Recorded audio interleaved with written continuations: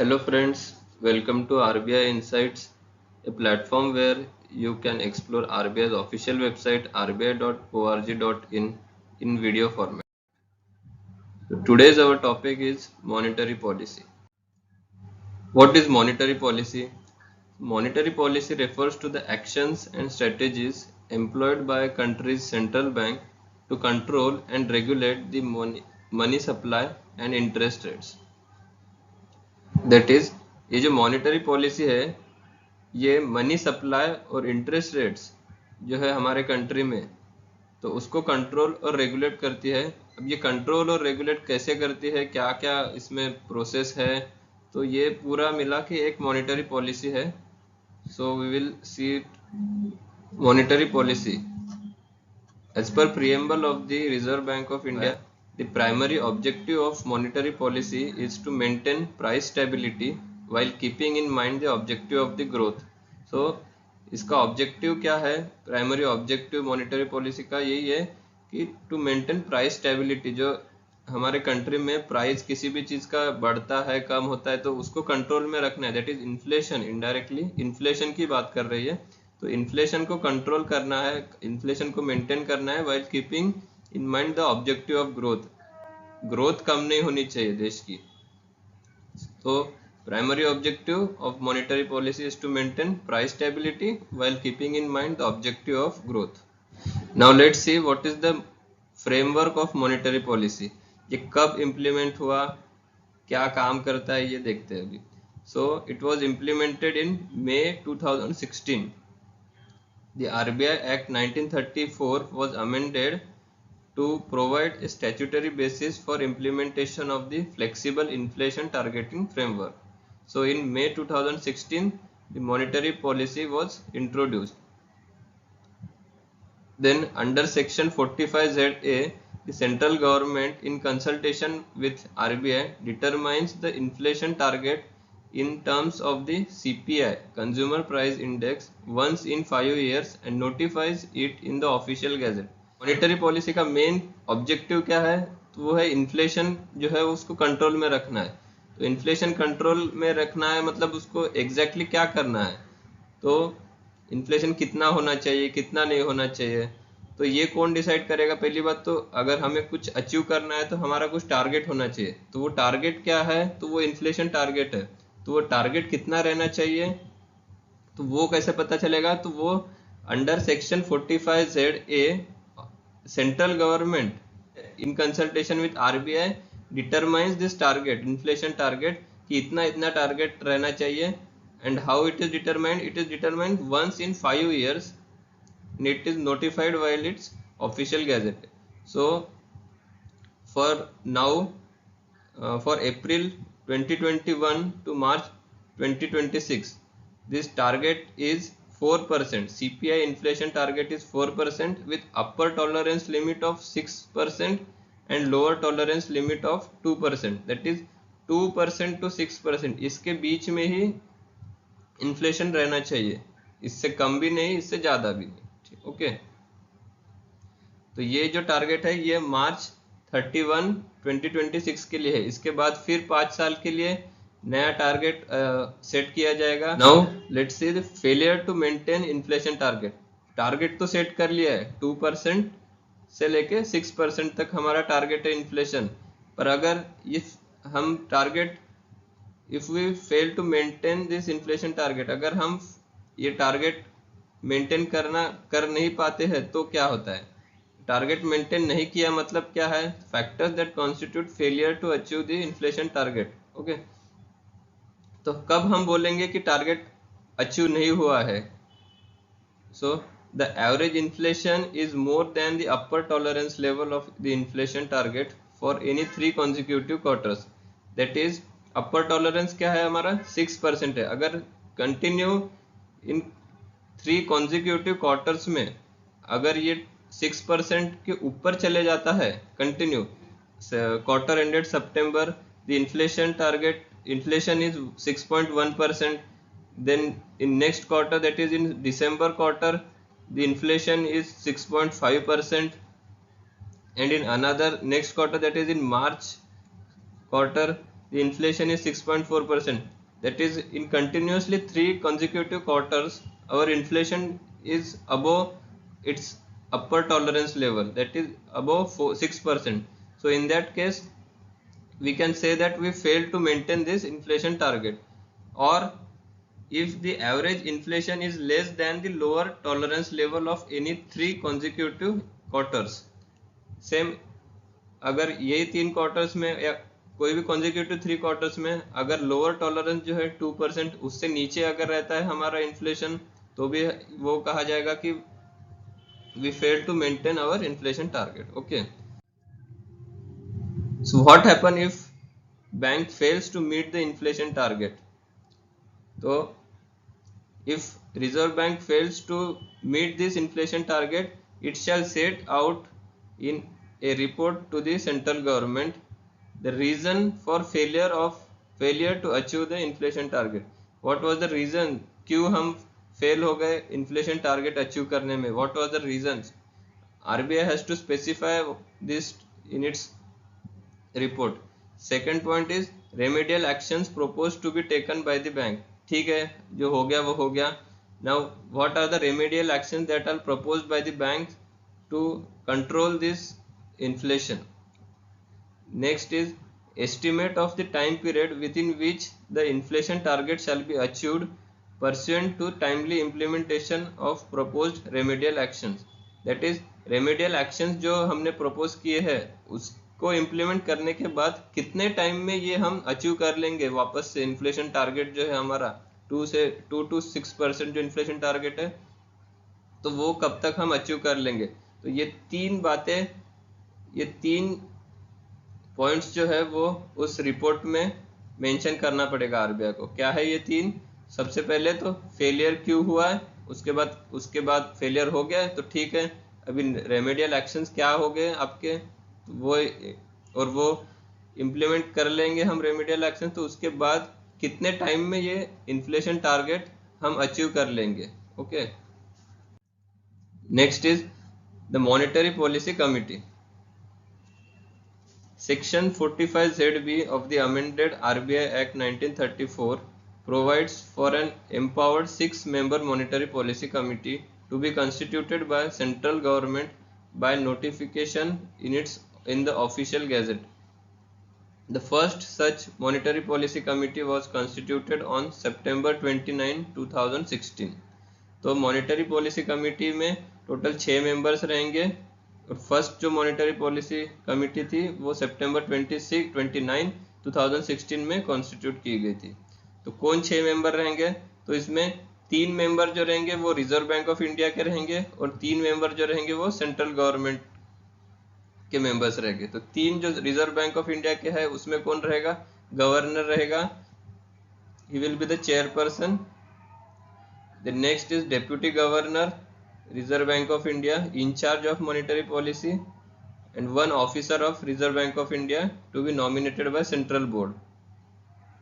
So at present the governor is Sri Shaktikanta Das, and Deputy Governor who is the in charge of monetary policy is Michael D. Patra, and one officer. This officer is mostly of the ED rank level, Executive Director, and he is most probably the ED of Monetary Policy Department. One department is there in Reserve Bank of India, Monetary Policy Department, which look after this whole procedure of monetary policy. So the officer is usually the Executive Director of the Reserve Bank of India's Monetary Policy Department, and as of today, this the officer is Rajiv Ranjan, ED. Then the next 3 are appointed by the government. These are government officials. तो इसमें 4 is Professor Ashima Goyal. She is the professor, Indira Gandhi Institute of Development Research. Next member is Professor Jayant R. Verma, Professor, Indian Institute of Management, Ahmedabad. Dr. Shashank Bhide, Senior Advisor, National Council of Applied Economic Research, Delhi. So these are the total 6 members. 3 are from RBI and 3 are from central government, and these 3 which are nominated by the central government will hold office for a period of 4 years or until further order, whichever is earlier. Now let's see what does this monetary policy committee does. Okay, so monetary policy committee determines the policy repo rate required to achieve the inflation target. तो inflation target जो achieve करना है उसके लिए जो policy repo rate है वो monetary policy committee decide करेगी. Monetary Policy Committee is required to meet at least 4 times in a year. Okay, at least they have to meet 4 times in a year. And the quorum for the meeting of the monetary policy is 4 members. Minimum 4 member तो रहने ही चाहिए एक meeting में, 4 से कम नहीं हो सकते. Each member of the monetary policy has 1 vote, and in the event of an equality of votes, the governor has a second or casting vote. तो टोटल 6 मेंबर्स रहते हैं, हर एक को एक एक वोट दिया गया है, सबकी वैल्यू इक्वल है. इन केस टाई हो जाता है, अगर किसी कोई रेजोल्यूशन पास करना है और उसमें टोटल 6 मेंबर्स है और 3 जनों ने यस कहा है, 3 जनों ने ना कहा है, तो इन दिस केस टाई हो. In case of this tie situation governor has a second और कास्टिंग वोट. तो गवर्नर का जो वोट रहेगा वो that will be prevailing vote. Okay, if he says yes, the resolution will be passed. If he says no, it will not pass. Okay, each member of monetary policy committee writes a statement specifying the reasons for voting in favor or against the proposed resolution. So now, as this member has to cast their vote or in favor or against the proposed resolution, तो उनको उसके बारे में पूरा detail बताना पड़ेगा क्यों आपने रेजोल्यूशन के फेवर में वोट किया और why are you opposing this resolution. Okay, now let's see the instruments of monetary policy. जो मॉनेटरी पॉलिसी है उसका मेन मकसद क्या है? इन्फ्लेशन टारगेट अचीव करना. तो ये सब कैसे होगा? तो इसके कुछ इंस्ट्रूमेंट्स है, ये इंस्ट्रूमेंट्स का यूज करके ही हम वो इन्फ्लेशन टारगेट अचीव करेंगे. So the instruments of monetary policy are: first is repo rate, second is standing deposit facility SDF rate, third is marginal standing facility MSF rate, liquidity adjustment facility LAF corridor, main liquidity management tool, seventh is fine tuning operations, eighth is reverse repo rate, ninth is bank rate, 10th is cash reserve ratio CRR, 11th is statutory liquidity ratio SLR, and 12th is open market operations OMOs. तो ये 12 instruments हैं monetary policy के जो कि हम inflation control करने के लिए हम यूज करते हैं. ये 12 जो इंस्ट्रूमेंट्स हैं, I will discuss this in next video. पूरा इसको डिटेल में हम लोग डिस्कस करेंगे. ओके, सो अभी के लिए बस इतना याद रखिए कि there are total 12 instruments of monetary policy. Next is the process monetary policy process. The monetary policy process consist of the following. First, meeting schedule. The schedule of a monetary policy voting decision meetings for the entire fiscal year is announced in advance. Fiscal year starts from April to March. So अभी जैसे 2024 अप्रैल आएगा तो मार्च में ही उसका पूरा time table announce हो जाएगा. Monetary policy meetings कब होगी, कौन कौन से दिन में होगी, तो वो पूरा एडवांस में ही अनाउंस किया जाता है. आरबीआई के वेबसाइट पे वो आ जाता है. Meeting notice. Ordinarily, not less than 15 days notice is given to members for meetings of the committee. Should it be found necessary to convene an emergency meeting, 24 hours notice is given to every member to enable him or her to attend. With technology enabled arrangements for even shorter period for meetings. अब आप बोलोगे कि advance में तो time table दे दिया है, but still उनको notice तो देना पड़ेगा ना. सबको याद नहीं रहता है क्योंकि ये जो भी मेंबर्स है they are very highly qualified and very busy person. So RBI has to give notice to them, or say you can say it as give invitation to them कि ये दिन meeting है, so that they could make their arrangements accordingly. Next is meeting duration. The duration of monetary policy meetings is as decided by the committee. The policy resolution is publicly released after the conclusion of the monetary policy committee meeting, keeping in view the functioning and timing of the financial market. Usually जो meeting का duration होता है वो 3 दिन का होता है. तो 3 दिन में, क्योंकि एक दिन में तो इतना सब नहीं कर पाएंगे ना, तो मीटिंग का ड्यूरेशन 3 दिन का ही होता है. और ये बाय मंथली मीटिंग होती है. और जो हाफ ईयरली जब मीटिंग हो जाती है, मीन्स फर्स्ट मीटिंग जो है फाइनेंशियल ईयर में अप्रैल में होगी, उसके बाद जून, अगस्त, अक्टूबर, दिसंबर, फरवरी. तो ये अप्रैल वाला जो है, इसमें ये मॉनेटरी पॉलिसी रिपोर्ट रिलीज करेंगे. उसके बाद जो 6 मंथ रहेगा, 6 महीने बाद फिर मॉनेटरी पॉलिसी रिपोर्ट रिलीज करेंगे. तो मॉनेटरी पॉलिसी मीटिंग जो है ये बाय मंथली मीटिंग्स होती है, और हाफ ईयरली ये पूरा डॉक्यूमेंट रिलीज करते हैं. ओके, तो ये 3 दिन क्या करते हैं एग्जैक्टली, तो ये पूरा रिव्यू करती है monetary policy. The Reserve Bank's Monetary Policy Department assists the Monetary Policy Committee in formulating the monetary policy. तो 3 दिन जो है ये क्या करेंगे क्या नहीं, तो इनका जो बैक पेपर जो रहता है, तो ये मॉनेटरी पॉलिसी डिपार्टमेंट एक है आरबीआई का, तो ये पूरा मीटिंग के पहले पूरे पेपर्स तैयार रखते हैं. तो monetary policy committee in its meeting reviews the, तो ये क्या करते हैं 3 दिन, तो they reviews the surveys conducted by the reserve bank to gauge consumer confidence, households inflation expectations, corporate sector performance, credit conditions, the outlook of the industrial, services and infrastructure sectors, and the projections of professional forecaster. तो ये सब चीज़ों को वो analysis करते हैं, ये review करते हैं इन सब चीज़ों को. and also reviews in detail the staff macroeconomic projections and alternative scenarios around various risks to the outlook. Drawing on the above and after extensive discussions on the stance of monetary policy, the monetary policy committee adopts a resolution. तो 3 दिन का जो time रहता है उसमें ये सब review हुआ जाता है. कंज्यूमर कॉन्फिडेंस कैसे हम बिल्ड करेंगे, house holds inflation expectations, corporate sector का क्या परफॉर्मेंस चल रहा है, क्रेडिट कंडीशन क्या है इंडिया की, outlook of industrial services and infrastructure sector, ये तीनों सेक्टर का आउटलुक देखा जाता है.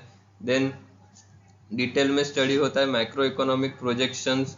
ये प्रोजेक्शंस में आ जाएगा GDP, inflation rate, unemployment rate क्या है, गवर्नमेंट की स्पेंडिंग्स क्या है, गवर्नमेंट के एक्सपेंडिचर्स क्या है, ये सब इसमें स्टडी किए जाते हैं. उसके बाद ही कोई रिजोल्यूशन पास होता है. और रिजोल्यूशन मीन्स क्या कि रेपो रेट चेंज करना है या उतना ही रखना है या कम करना है, ज़्यादा करना है, तो ये सब उनके रेजोल्यूशन रहते हैं. तो ये after studying all this they pass adopt a resolution. Monetary Policy Committee Resolution. The bank publishes after the conclusion of every meeting of the Monetary Policy Committee the resolution adopted by the said committee. The resolution includes Monetary Policy Committee's decision on the policy repo rate. Okay.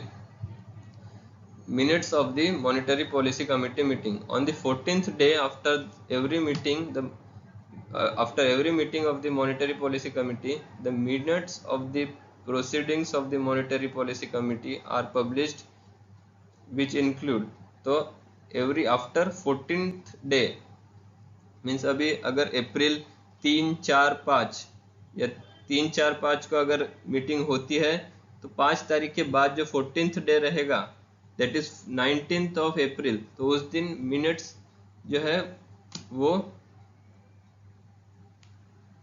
Publish किए जाएंगे. Okay, and what this minutes will include the resolution adopted by the monetary policy committee. क्या resolution adopt किए हैं, the voting of each member, 6 members है total, तो किसने resolution के against vote किया है, किसने फेवर में किया है, तो उनके vote and short return statement of individual member justifying the vote. तो if they are against the resolution, they have to justify why they are against. If they are in favor of the resolution, they have to justify why they are in favor of the resolution. Okay. And minutes shall be released at 5 p.m. on the 14th day from the date of policy date or next earliest working day if a holiday in Mumbai. Central office जो है RBI का वो मुंबई में है, तो central office ही ये minutes release करेगा at 5 PM on the 14th day और नेक्स्ट अर्लीस्ट वर्किंग डे. अगर वो 14th डे पे हॉलीडे होता है मुंबई में तो नेक्स्ट अर्लीस्ट वर्किंग डे में वो रिलीज किया जाएगा, पब्लिश किया जाएगा. सॉरी. ओके. तो monetary policy report. Once in every 6 months, the Reserve Bank publishes the monetary policy report containing the following elements. तो मॉनेटरी पॉलिसी रिपोर्ट जो है वो 6 मंथ में एक बार पब्लिश की जाएंगी. And what will this report contain? Explanation of inflation dynamics in last 6 months and the near term inflation outlook. तो पिछले 6 महीने में इन्फ्लेशन डायनामिक्स कैसे रहे हैं. इन्फ्लेशन मीन्स इन्फ्लेशन कम हुआ है, ज़्यादा हुआ है, कौन से मंथ में कम हुआ है, ज़्यादा हुआ है, उसका पूरा एक्सप्लेनेशन उसमें दिया रहेगा. Projection of inflation and growth and the balance of risk. Projection future में क्या हो सकता है, हम प्रोजेक्शन देते हैं आरबीआई और बड़ी बड़ी जो भी बैंक है जैसे मूडी हो गए, world bank, Asian development bank, ये सब प्रोजेक्ट करते हैं हमारे इन्फ्लेशन को देख के कि आगे क्या होगा, हमारी economic situation, financial situation India की देख के प्रोजेक्ट करते हैं कि आगे चल के नेक्स्ट ईयर हमारा इन्फ्लेशन ये हो सकता है, ये हो सकता है. तो आरबीआई भी अपना एक प्रोजेक्शन ऑफ इन्फ्लेशन मेंशन करेगी वो डॉक्यूमेंट में, रिपोर्ट में. Okay. An assessment of the state of economy covering of real economy, financial market and stability, fiscal situation and the external factor which may entail a bearing on monetary policy decision. तो ये सब GDP जो है, real economy, GDP and all, उसके बाद financial market and stability, इसका पूरा detail रहेगा उसमें. फाइनेंशियल सिचुएशन क्या है, एक्सटर्नल फैक्टर्स क्या अफेक्ट कर सकते हैं हमारे इन्फ्लेशन को, तो ये पूरा इसका डिस्क्रिप्शन उस रिपोर्ट में रहेगा. उसके बाद और क्या रहेगा? An updated review of the operating procedure of monetary policy. Operating procedure कैसी रहेगी, क्या कुछ रहेगा, तो उसका भी एक रिव्यू दे देंगे एक छोटा सा. Okay. An assessment of projection performance. Projection जो रहेगा उसका परफॉर्मेंस असेसमेंट जो है उसका भी असेसमेंट दिया जाएगा. Okay. So that's it guys. Thank you.